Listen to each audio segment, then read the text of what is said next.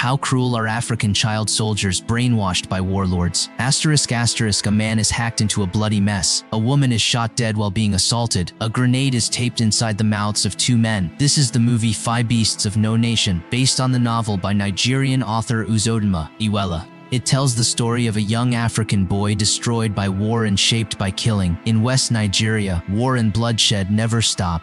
Government forces and rebel warlords clash daily over territory. In a small town, a boy named Agu had a relatively stable home. His father was a teacher. After the Civil War broke out, he took in hundreds of refugees and set up a camp on their land. His mother was gentle and kind. She wanted Agu to grow up to be a good person. His older brother used to pick on him, but deep down, he really cared for him. The family lived in peace, in a place the war hadn't yet reached. But as the war spread, that peace was quickly shattered. The UN peacekeeping force was small. They could only help evacuate locals. The station was packed, and drivers hiked up their prices. Agu's father used all their savings to buy one spot and told his wife to leave with the younger daughter. Agu chased after the car for a long time, watching them leave, with no idea that his nightmare was just beginning. The town was consumed by fear. The fighting spread fast. Government troops and rebels exchanged fire in the streets. Villagers fled in every direction. Agu's father took him and his brother into a small, dark room. Bullets sprayed through. A few villagers opened the door to escape and were shot the moment they stepped out. Government forces stormed in and the villagers knelt in a line. Even though the father insisted he wasn't a rebel, the officer said they were rebel collaborators and sentenced them to death. The father told the brothers to run. Just before the execution, the two slipped into a drain pipe. The father held the soldiers off to buy them time. They ran for their lives, but the older brother was hit trying to protect Agu. Agu didn't have time to grieve. He ran deep into the jungle, barely escaping. After a full day of running, he was exhausted, hungry enough to eat leaves, but he threw them back up. At sunrise, Agu ran into a group of rebel fighters in the jungle and was easily caught. Most of the soldiers were kids his age. They held Aki 47 cents and said they'd kill him. Then their commander showed up. When he learned that Agu's father and brother were killed by government troops, he decided to take him in. He ordered his deputy to train Agu as a fighter to avenge his family. Agu followed them to their camp. The soldiers chanted like puppets, completely loyal to their leader. The commander was a master of brainwashing. Every day he filled the kids with hate, making them believe the government was evil and that they were the righteous ones. He trained them to be fiercely loyal. The commander put Agu and a dozen new recruits through drills. They weren't given guns, only wooden sticks.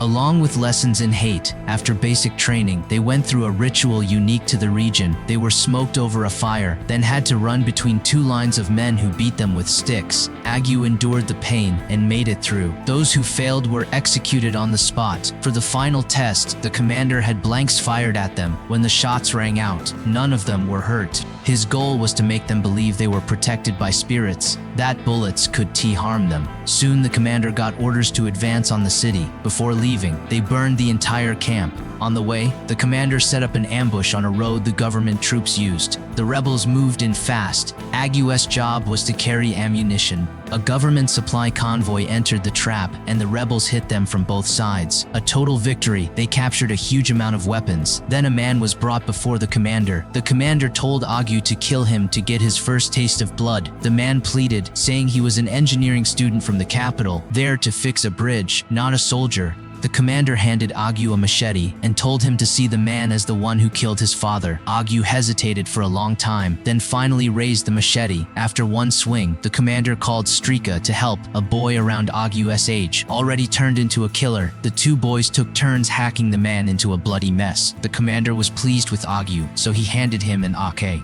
Agu officially became a child soldier and became friends with Strika. At night, the commander filled the kids with dreams, promising that once they reached the capital, they'd have all the food, wealth, and women they wanted. The kids believed him and followed him blindly. The next day, they attacked a village. A grenade landed in front of Agu. He bent to pick it up, and in doing so, avoided the blast. It only made him believe even more that the spirits were protecting him. The advance units took heavy fire from government troops, and morale was low, but the commander led the charge himself. The child soldiers rushed forward without fear, and they took the village. That night, the commander called Agu into his room room alone. He gave him his lucky hat, said he really liked him, and after smoking weed, he lay on the bed and told Agu to do something for him, warning him not to tell anyone. An hour later, Agu walked out exhausted. Strika helped him up and patted him on the shoulder like he understood, because Strika had been through the same thing. After a night of rest, they kept pushing toward the city, winning battle after battle, ransacking towns and villages along the way.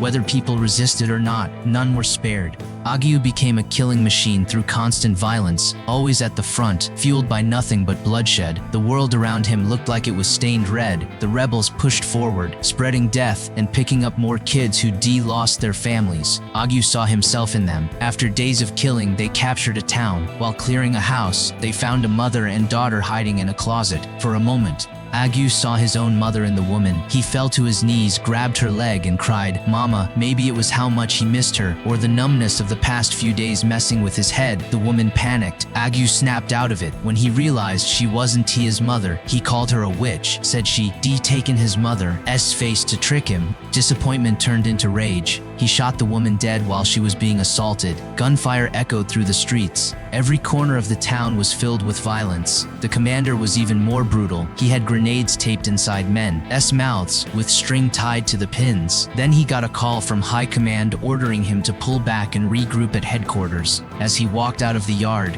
a soldier pulled the string, and the grenade went off inside the man's mouth. The civilians outside were all executed as well. The commander gathered his forces and headed to the main camp. Most of the fighters were kids. When they arrived, the high commander put him in his place, making him wait a full day before seeing him. By then, the ongoing war had drawn international attention. Outside forces were getting involved. The high commander now had leverage to negotiate with the government. He told the commander to hand over control of his troops, offering him a position as head of security, and said his deputy would take over. The commander wasn't happy. He didn't want to give up the army. He built, but the high commander was firm. A soldier's job is to obey. If you don't follow orders, you lose everything. The commander agreed on the surface. He asked to spend one more night with his men and said he'd hand over command the next day. That night they went to the Red Tumvativan Light District. Soon after, gunfire broke out. The deputy, who been promoted by the high commander, was assassinated by the commander. The commander blamed the high commander and made his men believe it was a setup.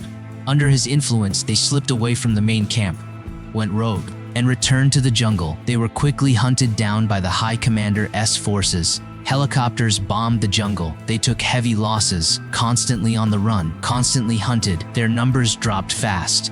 Agu's best friend, Strika, was killed in the fighting. After a month on the run, they were trapped in the mountains, trying to dig up gold to rebuild. But more people died from exhaustion. Without supplies or support from the main camp, people were dying from hunger and sickness every day. Under those conditions, faith in the commander began to fade. One man stood up and said he was leaving. Others followed. The commander tried to convince them there was gold in the mountains, that if they kept digging, they'd strike it rich, but no one believed him anymore. In the end, the commander could only watch as his men walked away. Even Agu, his most loyal follower, left. To survive, Agu and the others came down from the mountains and surrendered to UN peacekeepers. After that, Agu and the other kids were sent to a shelter where they received counseling. Agu was back in normal clothes, but there was no smile on his face. He kept to himself, said almost nothing, and had hollow eyes. Some of the kids had severe PTSD. They wanted to go back to the jungle, wanted to pick up a weapon and fight anything in sight. The desire for war was already in their bones. Agu suffered from trauma every night as well. A counselor at the shelter tried to help him, but in Agu's eyes, she was just a girl who didn't understand war.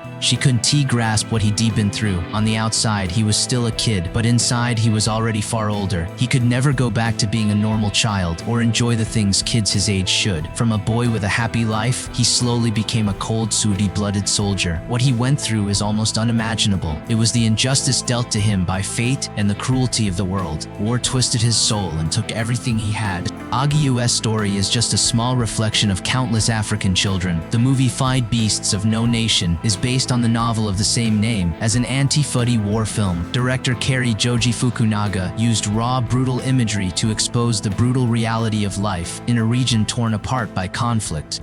For those living in peace, treasure the peace you have.